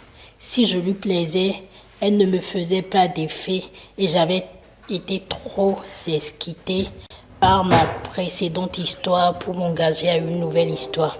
Tout a basculé lors d'un tournage de scène où elle s'est montrée tellement prévenante et attentionnée que mon cœur a flanché. Quelques jours après, elle m'a invitée à dîner. Je pensais qu'on serait plusieurs jusqu'à ce qu'elle m'ouvre la porte et je m'aperçois qu'on est deux. Donc il y avait 2 assiettes posées sur la table. J'ai eu un coup de cœur. C'était la veille de mon anniversaire. Après m'avoir fait souffler mes bougies, elle m'a embrassée. Notre histoire vient démarrer, mais après 3 mois, elle a commencé à m'agacer. Trop parfaite, trop gentille. Je n'avais pas l'habitude d'être si bien traitée et je trouvais que notre relation manquait un peu de piment. Heureusement, elle a eu l'intelligence de prendre ses distances et de me mettre un peu à l'épreuve. On dit qu'une relation amoureuse, harmonieuse entre 2 collègues participe à la bonne ambiance dans un groupe. À l'inverse, une relation désastreuse entre 2 personnes au travail envenime plutôt l'atmosphère et peut même mettre en péril le poste de l'un ou de l'autre. C'est un message de Gabriel Adam. Gabriel Adam, c'est d'accord, je vois, c'est un fidèle téléspectateur, donc il nous écrit toujours. Réaction sur cette histoire? Je pense que c'est d'ailleurs pour cette raison, c'est l'une des raisons pour lesquelles, sous nos cieux ici, on ne conçoit pas trop que ce soit la femme qui fasse le premier pas. Parce que généralement, enfin c'est vrai que les personnalités sont différentes, mais l'homme a tendance à plus vite se lasser que la femme, même quand il a des sentiments. C'est naturel, l'homme on dit qu'il est d'un naturel séducteur, chasseur. Et donc, quand c'est vous qui êtes trop à fond, il est saoulé, il est rapidement saoulé et il cherche ailleurs. Il ne faut pas oublier que, autant que la femme, il est dragué par d'autres femmes. Et donc, l'homme a besoin de défis. L'homme a besoin que vous ne soyez pas trop, que vous ne lui donniez pas trop, tout de suite. Il a besoin de demander d'en prendre petitement pour grandir en intérêt pour vous. C'est ça. Sinon, je pense que c'était l'erreur de la femme. Une chose est d'avoir des sentiments, de le manifester, et une autre est de s'accrocher, de vouloir avoir de l'emprise sur l'homme. Donc, c'était peut-être son erreur, et voilà. Et c'est comme je dis, là, par exemple, on ne peut pas accuser l'homme, elle va peut-être être frustrée et tout, mais c'est pas vraiment la faute à l'homme. Elle y est allée un peu trop fort, et en amour, il faut éviter ça. Autant pour l'homme que pour la femme. On perd l'attrait, on perd l'attirance, la séduction qui devrait accrocher l'autre et le maintenir dans la durée. Autre message? Alors, je suis enseignant, éducateur et formateur. En sachant que les relations sentimentales entre collègues de service empoisonnent souvent le climat de travail au sein de l'équipe. J'ai toujours évité ce type de relations dans mes échanges avec les élèves maîtres lors du cours d'éthique et de morale professionnelle. Je leur conseille vivement d'éviter de telles relations autant que possible. Surtout si avec l'évolution dans la carrière, si l'on est directeur d'école, il faut éviter impérativement toute relation sentimentale avec une adjointe afin de préserver le climat de travail dans l'équipe. Très bien. Autre chose? Alors, il y a un téléspectateur qui dit non, je n'ai pas eu de relation amoureuse au travail.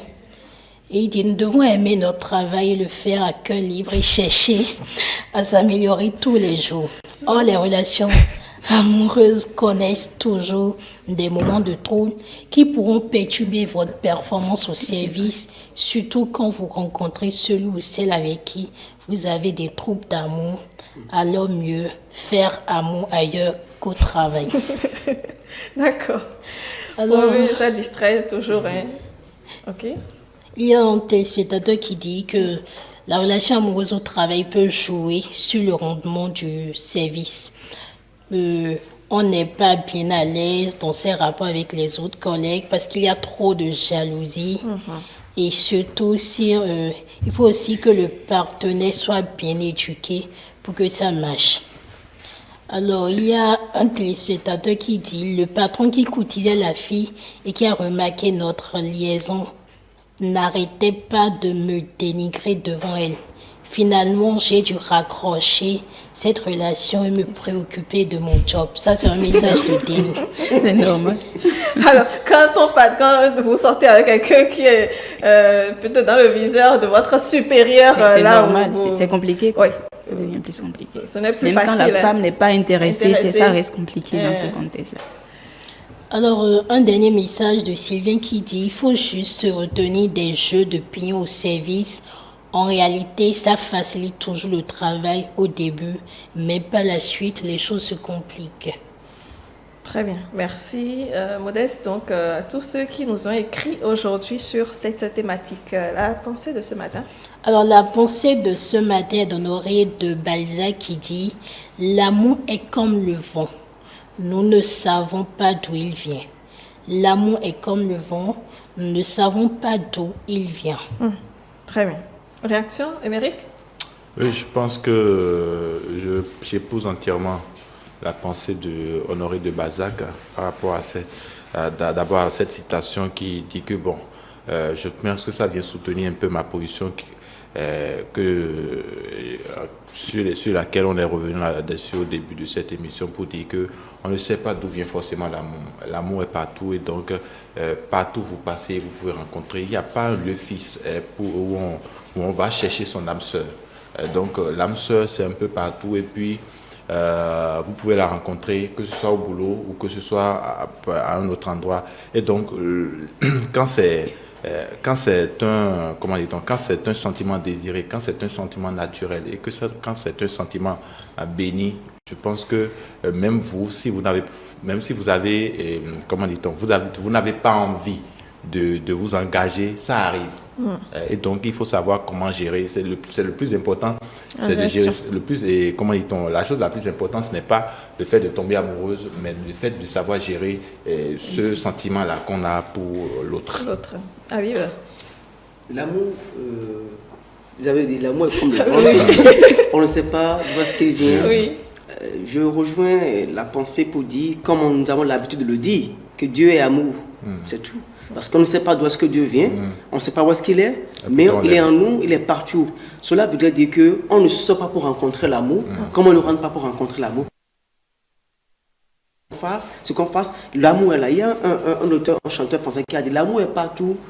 Tu regardes. Dans le mur, il est là, dans le bus, il est là, mais il a juste besoin d'un contact, d'une personne. Il a besoin de la proximité, il a besoin de la fréquentation. Découvrir quelqu'un, contacter la personne, aller à sa rencontre, fréquenter la personne, et au fur et à mesure, avec le temps, l'amour vient maintenant, donc alors à s'ériger, il faut maintenant l'entretenir, il faut l'étudier, il faut le formater, Et voilà. Il faut lui mettre la bague au doigt. Il faut lui mettre à la fin. Je vais compléter, j'ai envie de compléter la citation pour dire, oui, c'est comme le vent, on ne sait pas d'où il vient, en même temps on ne sait pas où il va. Ouais. C'est pourquoi c'est très important de ne jamais considérer l'autre homme acquis dans une relation. La relation, même si elle va durer 50 ans, chaque jour reste un nouveau défi. Ce n'est pas parce que j'ai déjà rencontré ses parents, je vis déjà sous son toit, il m'a déjà mis la bague au doigt, que ça veut dire que ça ne va pas s'arrêter un jour. Lorsqu'on prend l'autre pour acquis, vous êtes là ensemble, mais elle ou il, selon la personne, commence à partir de la relation quand vous le prenez pour acquis, quand vous la prenez pour acquise, parce qu'elle se sent ou qu'il se sent négligé et qu'il lui suffit peut-être d'aller au boulot, qu'un collègue lui fasse un geste d'attention pour que l'amour qui était venu de quelque part pour vous unir la sorte, pour retourner dans un autre. Donc en fait, l'amour va et vient et c'est vraiment par rapport, ça dépend des deux partenaires pour qu'ils restent. Parce que c'est vraiment le vent qui peut passer si vous ne le maintenez pas en réalité. Voilà. Modeste. Alors, il faut dire que Honoré de Balzac, c'est un romancier français. Il est auteur d'un ensemble de romans intitulé La comédie humaine qui dépeint avec réalisme le rouage de la société et à son époque. Il est mort le 18 août 1950 à Paris, dans la rue Fortuné, qui porte désormais son nom. Très bien. Et l'humour à présent? Alors, l'humour, la première image, nous avons un employé et son patron. Elle lui a dit, patron, je suis venu me plaindre. Le garçon me harcèle trop les garçons me harcèlent trop dans l'entreprise. Et au patron de lui dire, viens t'asseoir sur mes genoux, je vais te consoler. Non, là c'est déplacé. Hein? C'est déplacé de dire à une employée, viens t'asseoir sur mon genou. Je pense qu'au travail, il faut éviter ce genre de choses. Mais justement, ça dépendra également de la manière dont la femme va réagir aussi. J'ai pas compris. La façon dont elle réagit comment? Oui, si elle accepte aussi d'aller s'asseoir sur les genoux de son patron. Dans la vie, il y a cas et cas. Si elle a voulu quitter Denrée, elle est tombée dans Réelou. C'est à elle de gérer la suite. Moi, je crois qu'elle n'a pas mal fait d'aller sur le patron. Non, se plaindre, oui. Mais c'est la réaction du patron. Le patron doit savoir, comme tous d'ailleurs, il faut être toujours au-dessus de la mêlée. Il faut savoir conseiller, savoir consoler, savoir aider, savoir orienter. Mais lorsque le patron finit par faire pire que ce que font les autres, c'est qu'il n'est plus un patron et c'est ce qui dégage, ne se respecte plus, n'est plus patron. Et ces mots-là, je crois que pour les téléspectateurs qui nous suivent, pour les chefs d'entreprise qui nous suivent, doivent les amener à savoir qu'il faut qu'en toute situation qu'ils soient au-dessus de la mêlée. Alors, parlons toujours de patron et d'employé.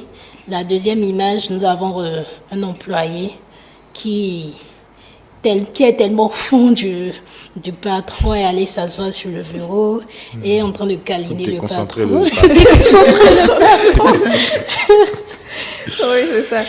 Alors, la troisième, toujours patron et employé. Là, on a l'employé, la secrétaire, plus précisément, qui dit patron, il a un coup de fil pour vous. Elle vient avec tout le téléphone et on a essayé de faire plus de recherches pour comprendre pourquoi elle transporte le téléphone.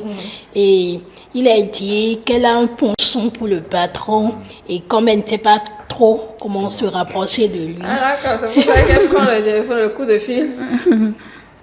Très bien. Toutes les tactiques sont bonnes, quoi. Alors, l'image suivante qui dit, tu as vu, ils sont de nouveau à fricoter ensemble. Donc, c'est deux employés qui discutent entre eux. Alors, dans un coin, nous avons un homme et une femme qui se tiennent la main. Et à la seconde de dire, je suis aussi choquée que toi. Qu'est-ce que tu fais ce soir? Je veux qu'on parle ensemble. On peut dire, quand il y a une relation amoureuse dans un service, ça parle de partout, ça parle dans tous les coins. Et ça chuchote. Voilà, ça chuchote. Bien sûr. On ne peut pas refuser ça. Je ne sais pas si c'est peut-être moi, mais j'ai compris l'image autrement parce que vous avez lu la dernière avant de lire la troisième.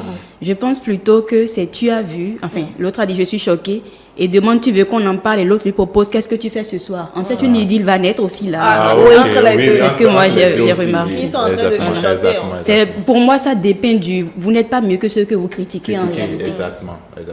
Parce que les autres sont quand même, ont l'air d'être sains dans leur relation. Mais là, c'est comme l'homme qui veut profiter en fait de l'occasion pour se rapprocher également. Voilà, je trouve que c'est juste... Moi, ça me communique ceux que vous critiquez, vous n'êtes pas meilleur que tout simplement. Vous pouvez tomber dedans si l'amour vous prenait aussi. C'est vrai.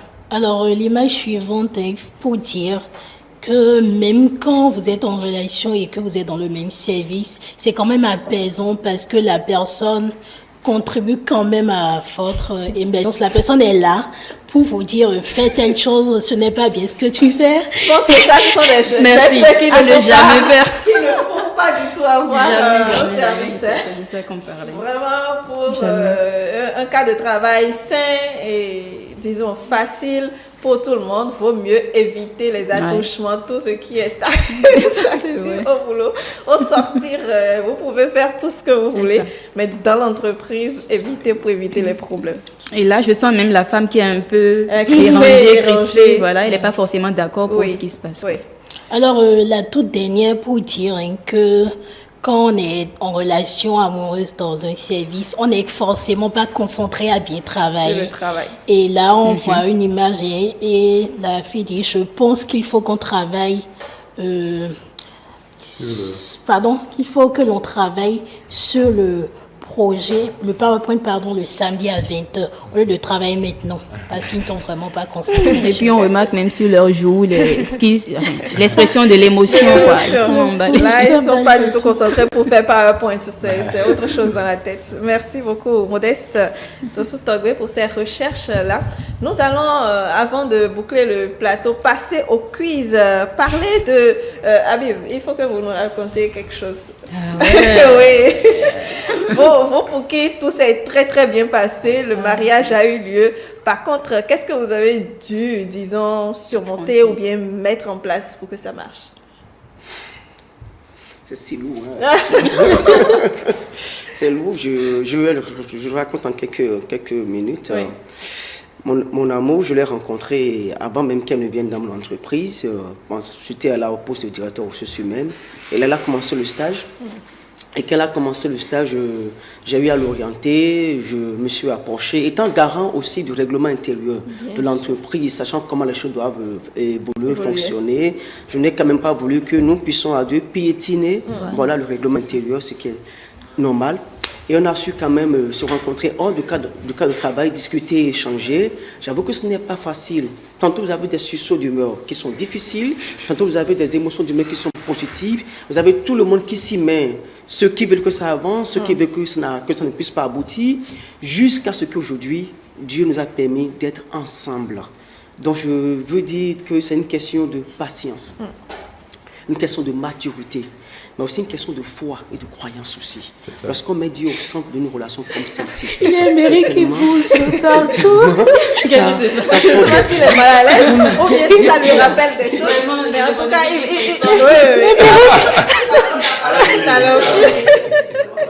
oui, ça marche. Avant que je ne finisse, si on nous permettait, moi je vais poser une question à madame. Ah oui, vous êtes sûr? C'est vrai que ça n'a rien à voir avec ma réponse, parce que je remarque que dans les caricatures, dans tout ce qu'on a vu, l'humour, on n'a pas vu une femme patronne à qui un homme est venu faire la cour, mais on a plutôt vu que les hommes patrons, à qui les femmes sont venues faire ci et ça. Alors, est-ce qu'il faudrait reprendre l'émission ou bien est-ce que vous allez faire tout possible? Parce que vous parlez bien sûr de approche genre, c'est ça, c'est ça. Oui. Très bien.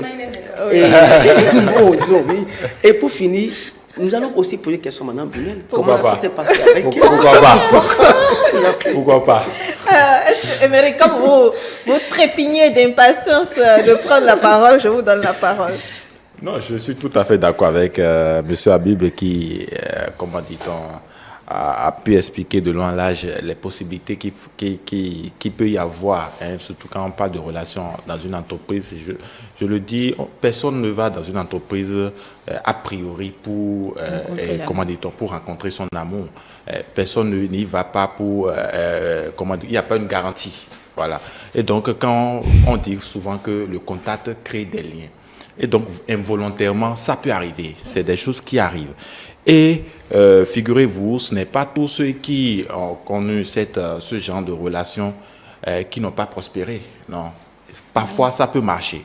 Parfois, il suffit que vous y mettez les manières qu'il faut, que vous ayez une certaine maturité. Parce que, vous savez, au début, ça marche souvent. Ça, on a l'impression qu'on a trouvé, bon, comment dit-on, la personne idéale. Et puis, on a ce ressentiment qu'on n'a jamais eu par le passé. Donc, au début, ça allait d'aller. Maintenant, c'est quand, à force de se côtoyer, parce que, figurez-vous, du lundi au vendredi, ou parfois même samedi, vous voyez tout le temps.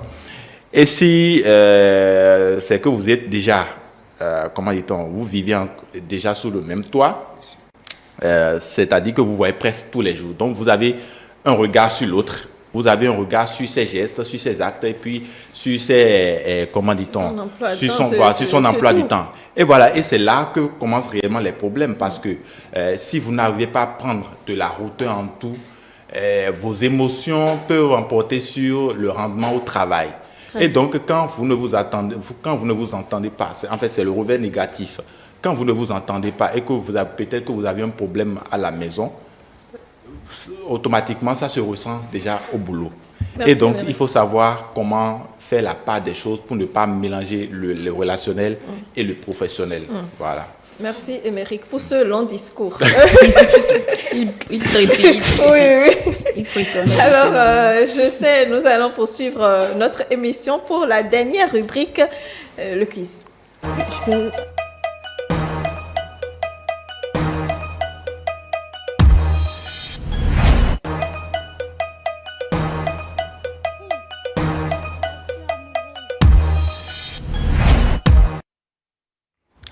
Alors, vous le savez, c'est bien Test ta culture à présent. Et pour en parler, nous sommes en équipe toujours, hein, Émeric et Emion. C'est ça? Oui, sont en équipe. C'est toujours mieux de travailler ensemble que de travailler seul. C'est mieux. Comme ça, au moins, le score, chacun participe. Et Modeste et Habib. Alors, la première question, alors là vraiment, je ne sais pas pourquoi j'ai pris en début de semaine, ce sont réellement des questions hyper faciles, mais en tout cas, on va y aller. Première question, c'est celui qui fait vite qui donne la réponse. Quelle est la ville capitale du Bénin? Porto Novo, merci. Porto Novo, Cotonou, Parakou, comme je l'ai dit, ce sont des questions très très faciles, donc c'est celui qui fait vite qui répond. Alors, deuxième question. Quelle est la date d'entrée en vigueur de la Constitution béninoise? 90. En décembre 90. En décembre 90. J'ai entendu ta voix ici d'abord. Ah, voilà. Mais là, c'est demande 80. Au moins, j'aime monopoliser. Ça, c'est pas faux. 11 décembre 90. Ok, d'accord. Le Bénin, oui, le Bénin, alors, troisième question, le Bénin est limité au sud par l'océan. Océan Atlantique. Océan Atlantique. Il y a crié Atlantique. C'est nous. S'il vous plaît. Atlantique, mais c'est dans l'Atlantique. C'est océan. Ça reste de partout. Oui, il a répondu là. Océan. On a le point. Alors, les questions sont affichées aussi. Bon, attendez que je propose les réponses pour ceux qui n'arrivent pas à lire. Question numéro 4. Quelle est environ l'attitude de la Takora? 1800 ou 800? Non, c'est pas ça. Proposition. 800, merci. Parce qu'on l'a toujours dit, quand on faisait le sport à Takora. Alors, question 5. Quel est le plus haut sommet du Bénin? Du Bénin. Non. Alibori à Takora, pour un coup. Alibori. Non, le sommet, c'est bien à Takora. Bon, nous, on a gagné. Non, vous n'avez pas gagné. Non, c'est le... Moi, j'ai dit à Takora, bien sûr. À quel moment on n'a pas entendu? Il a donné la Elle a dit réponse, Alibori et c'est nous une réplique. C'est nous qui avons pris. Ça fait 3-1, pardon. Merci. Quand il s'agit de points. Alors, il est moins une. Dernière question, donc. Quel est le plus long fleuve du Bénin? Ouémé. Mono, Okufo ou Louémé? Louémé. 4-1. Merci. 4-2, 4-2. Non, c'est Ils avaient un deuxième point. Ah ouais? Oui, Bon. oui, ils avaient un deuxième point. 4 quand même. Il n'y a pas de relation. Merci beaucoup. Bon, on fait une belle équipe. Mais on a quand même pas de vérité.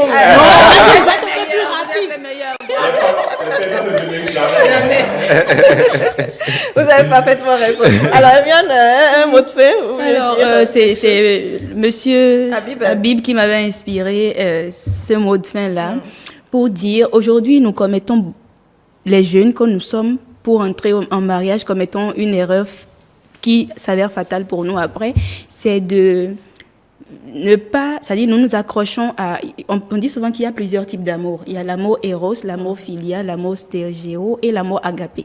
On se base souvent sur la passion et on dit j'ai trouvé mon âme sœur. Sans réfléchir, sans chercher auprès des aînés à savoir qu'est-ce qui implique réellement un mariage. Un mariage, c'est tout sauf l'amour qui maintient le mariage dans la durée. L'amour s'envole très vite lorsque les bases même, vous n'avez pas la vision, par exemple, la même vision de la vie.